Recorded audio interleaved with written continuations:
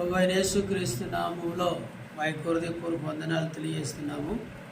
ఈరోజు 3 ప్రాముఖ్యమైన విషయాలు నేర్చుకుందాం. మొదటిగా 3 విశ్రాంతి దినముల గురించి మనం ధ్యానం చేసుకుందాం. మొదటిగా దేవుడు 6 రోజులు సృష్టిని సృష్టించి 7వ దినాన్న విశ్రమించినట్లుగా మనం చూస్తాం. మరి 6 దినాలు మనం కష్టపడి 7వ దినాన్న విశ్రమించాలి అంటే దేవుణ్ణి ఆరాధించాలి అని దేవుడు మనకి ఆజ్ఞాపించాడు.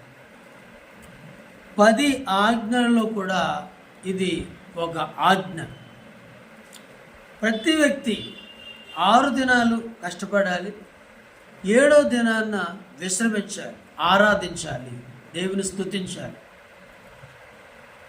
ఈ దినమున ప్రభువును ఆరాధించడం వలన మిగతా దినములన్నిటిని కూడా ప్రభు దీవెనకరంగా మార్చి ఆశీర్వదిస్తాడు. కాబట్టి 7వ దినాన్న మనం ఏ పని పెట్టుకోకుండా, ఏ కార్యక్రమాలు పెట్టుకోకుండా కేవలం ఆ రోజంతా కూడా దేవుని స్తుతించటానికి, దేవుని ఆరాధించటానికి మన సమయాన్ని కేటాయించుకుంటే మన దినములు సంవత్సరములు కూడా ఆశీర్వాదకరంగా దేవుడు మారుస్తాడు.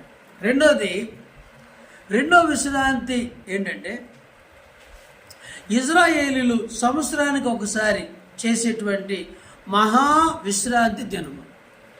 ఈ మహావిశ్రాంతి దినం ఎందుకంటే పశ్చాత్తాపడటానికి, వారి పాపముల గురించి దుఃఖపడి ఏడ్చి కన్నీరు విడిచి యాజకుడు ప్రాయశ్చిత్తం చేస్తాడు.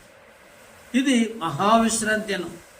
3వది, నేను మీకు విశ్రాంతిని ఇస్తానని చెప్పాడు. ప్రయాసపడి భారం మోసుకొనిచున్న సమస్త జనులారా నా ఎద్దకు రండి, నేను మీకు విశ్రాంతిని ఇస్తానని చెప్పాడు. ఇజ్రాయేలీలకి కనాను దేశాన్ని ఒక విశ్రాంతిగా ప్రకటించాడు.